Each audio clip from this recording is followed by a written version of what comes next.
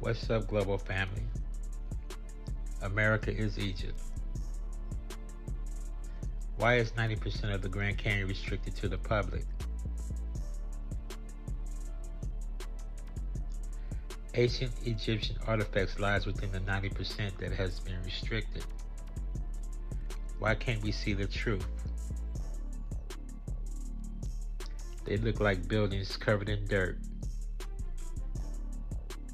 I'm Newbie One.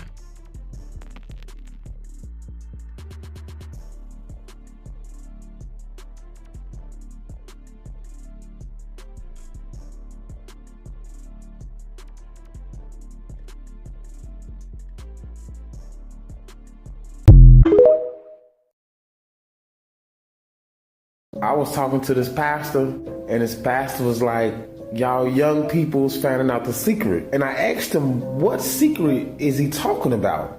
He said, yes, America is Egypt. He was like, that's what the Seminole War was about, the Louisiana Purchase was about. And he was like, look up this map. It's called Tamari. And he said, y'all, it's Tamarikans. So I went to look up at the map, right? And I was amazed he was right. He was like, that's y'all true nationality. And he was like, when the Seminole War broke out, that's when they won and they took over America and started calling them Americans, and they spelt it different. And the Bible is based upon y'all. All pastors know this, Freemasonry know this, everybody know this. Pyramid on the Nile in Northeast Africa doesn't have stair steps going up it. It doesn't have temples on top of its summits. They could not go and break through the boat on the temples atop those great pyramids. There are none there. And that was the clue that Egypt was writing about the Americas. And the deeper I got into the records, the clearer it got. They started actually saying, and because Amen loved that land so much, he said it's his beloved land, and that word was Mary, the beloved. Mary, M-E-R-I, Mary. And the land, of course, as before, is Ta, the beloved land, Ta-Mary. And they kept that name and just put the Ta on the end of it, so Ta-Mary became a Mary Ta. We simply say America. We kept the name that Egypt gave to the Americas. So that was the big mystery behind that $10 million map that Martin Waldseemüller made and then put the name America on it in 1507. And then those who knew and those who were trying to hide things said, wait a minute, you can't put that name on here. And the next time he reprinted that map, it was off, it was gone. Because that's the name that Egypt had given the land. Now you know your nationality. What if everything you knew about the origins of civilization was wrong? What if the cradle of civilization wasn't where we've always been taught it was? Imagine for a moment a world where America is the true old world, the birthplace of ancient civilizations lost to time. Such a proposition challenges the very bedrock of our understanding of history. But there is a theory that proposes America as the original Egypt, the first Africa, the true old world. This theory is not without evidence, and the clues, though scattered and elusive, paint a fascinating picture. Firstly, consider the alabaster Sphinx of Memphis, Tennessee. Discovered in 1911, this artifact bears a striking resemblance to the iconic Sphinx of Giza, thousands of miles away in modern-day Egypt. Could this be a mere coincidence, or is it evidence of a connection between the two lands, lost in the mists of time?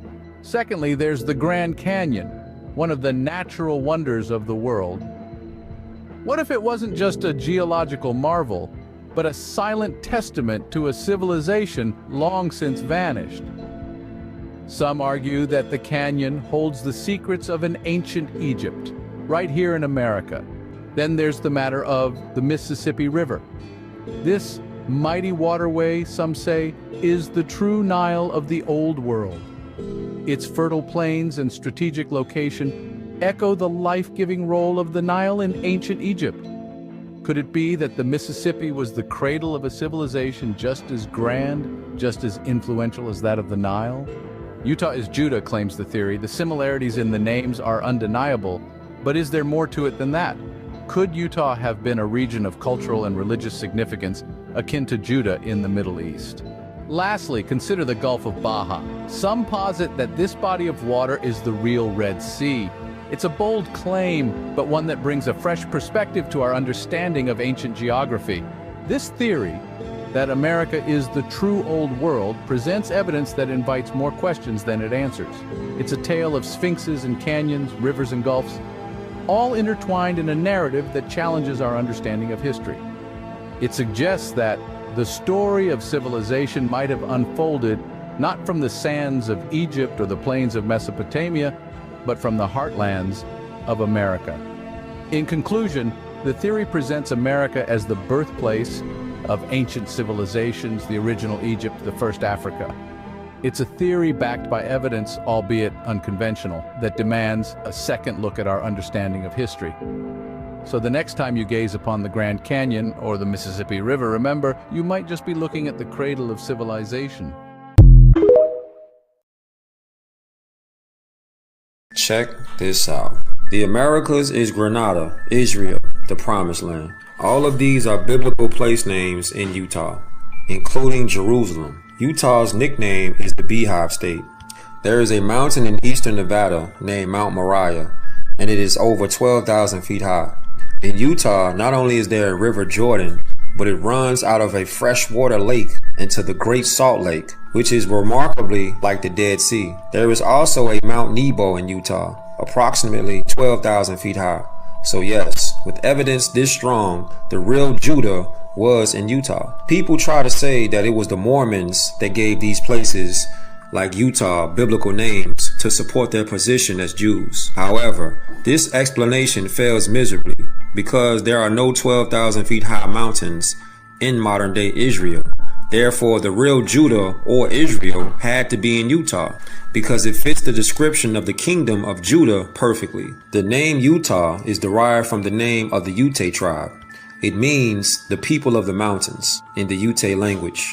According to other sources, Utah is derived from the Apache name Yuda, which means tall. In the so-called Spanish language, it was said as Utah. Subsequently, the English-speaking people adapted the word Utah. There is no J in Hebrew, therefore Judah is Yuda, especially when you consider the fact that the J. It's not even possible. Like, how did they know that Mars was the red planet, and why was it a worldwide fact? Saturn had rings. Yeah. Based upon what information? Because nobody worldwide is disagreeing. This is that thing that you see that all the Anunnaki guys that look like a wristwatch, and they always have it, and you're always trying to see what that is. Yeah, what is that? It is it's a compass. It's a time-keeping compass. And the emerald tablets of Thoth are literally mind-changing and mind-blowing. It's given in first person, and that's not possible. The things that are being said are impossible. Enough time has passed, though, that it's not like that. He literally says, hey, there's a spaceship on Earth, and this is where it is. And guys, we're down here taking breaks. We're downtown Flint. Downtown. So check this out. That tree is clearly 300 years old, probably 200. But look at what we found inside.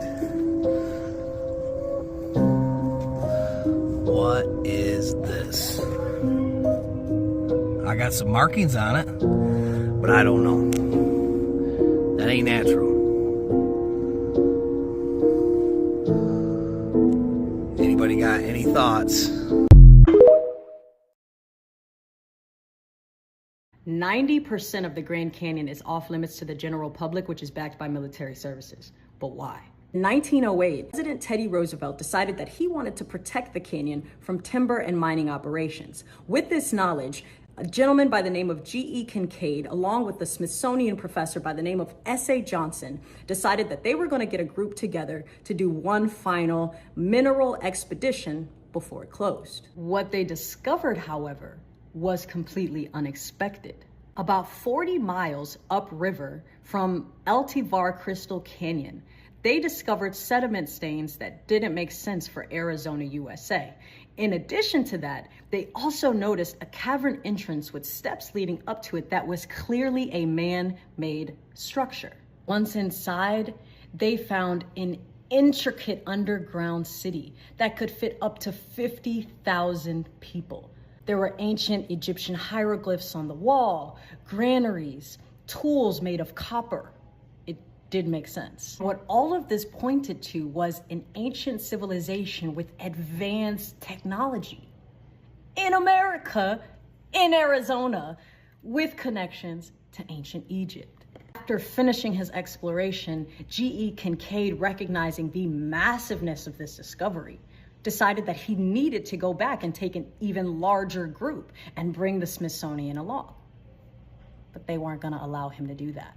In fact, they offed him. And now, in 2024, the Smithsonian completely denies all accounts of this and calls it a hoax. But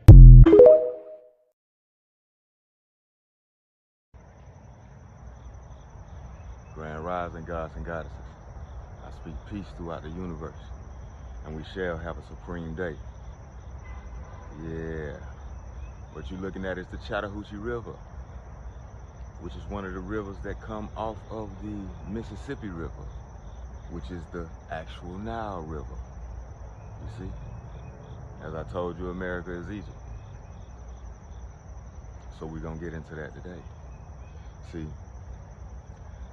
the insight came to me a long time ago, 10 years ago. Well, 12 years ago in 2012 when I was incarcerated. I used to feel like Africa was the motherland and I needed to go to Africa. And when I got incarcerated, I was angry. I was like, I just want to get out of here. I just want to go back to Africa. And then the voices came to me. And the Most High said, this is your home. For this is the promised land. This is the land of the milk and honey. This is the land where you should be. For this is the motherland. You see? So, I talked directly to the spirits.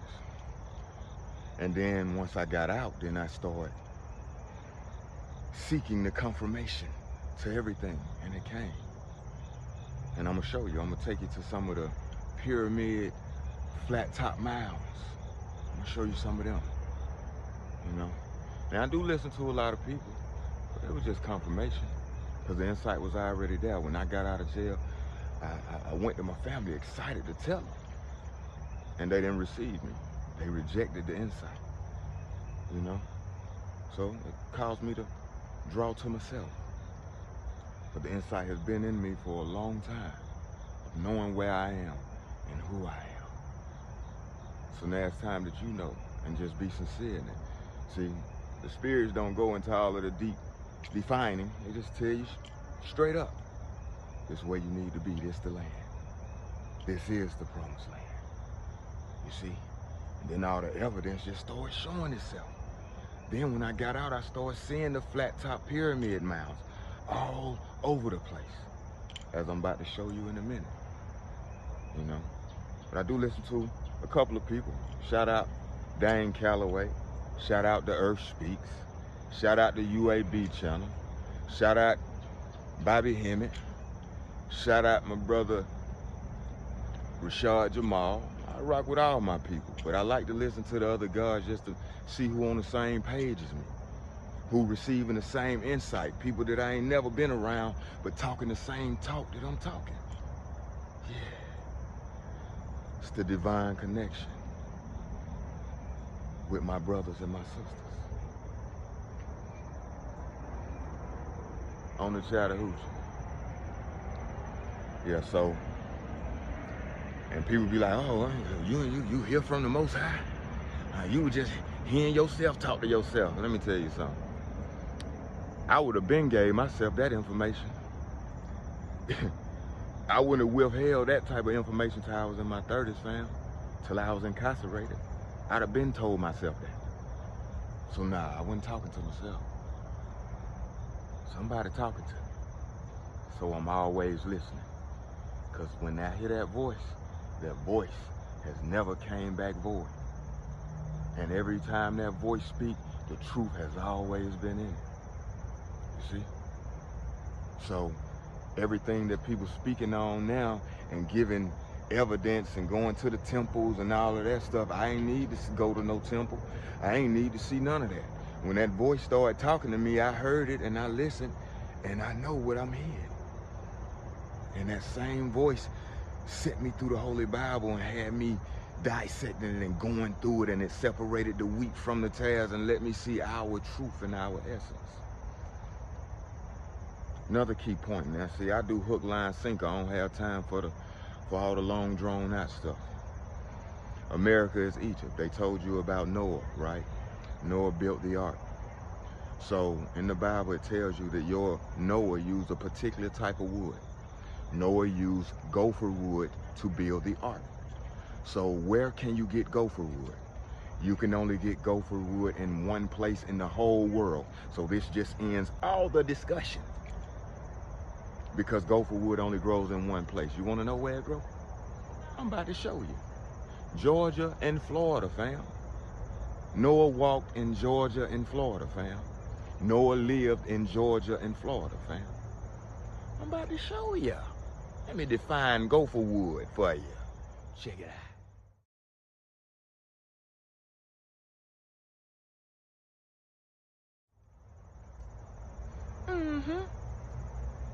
You see that? That's what I'm talking about, fam. See, they'll feed you all kind of lies. Like they told you Noah was in Africa. They clearly told you Noah was in Africa. But gopher wood is in Georgia. So you mean to tell me Noah walked from Africa all the way to Georgia to get some wood and took it back to Africa to build the ark by himself? Yeah, I feel you. I'm gonna believe that. Never.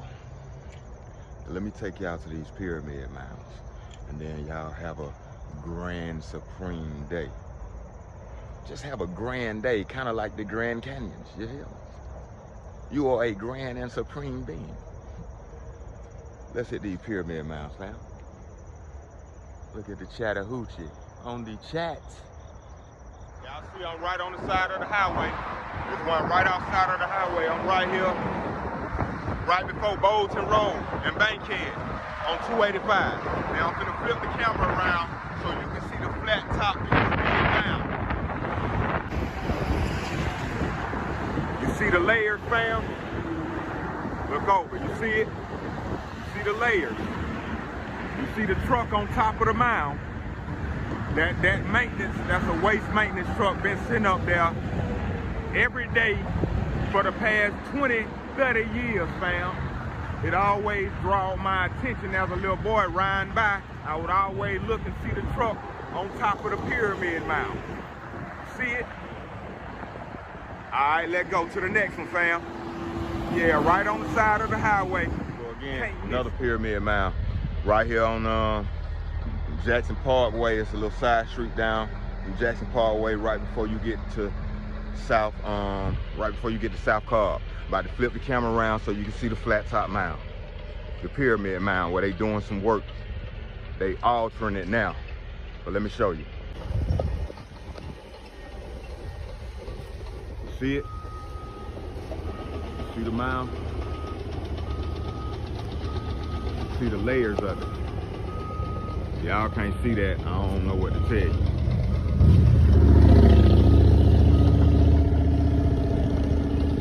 See the layers. See it? All right, show y'all some more. Give me a second. All right, fam, same thing. Now they done put a whole neighborhood right here. Right in the midst of it. So I'm finna show y'all. I'm gonna flip the camera and you'll be able to see the mound straight back. All right, I'm about to flip the camera. You see the mound? Y'all see the flat top mound? And it's layered. Hopefully y'all can see it. But yeah, flat top mound, it's layered. Flat top pyramid mound. They done put this whole community at the base of it. Yeah, so the mountain I just showed y'all with the houses and stuff, guess where we at? Perry Boulevard, Old Perry Homes. Yeah. We finna go to another now. I'm finna take y'all to the east side, so I can show you they all through the city, fam. You just gotta know what you're looking at. You don't know what you're looking at, it'll fly right by you. You'll miss the whole thing. All right, fam, we on Lithonia Industrial Boulevard in Decatur. So I'm finna, Decatur, Lithonia, whatever, Stone Mountain. I'm gonna show y'all this one in passing, cause I can't stand out nowhere to get the view, cause they got this big fence, but we finna ride by it, and you should be able to see it. All right, I'm gonna flip the camera. So y'all pay attention, we finna ride up on it. You seeing it right in the front of you. You see it? Definitely can see it. Flat top pyramid now, you can see it. So for those that have eyes to see, let them see.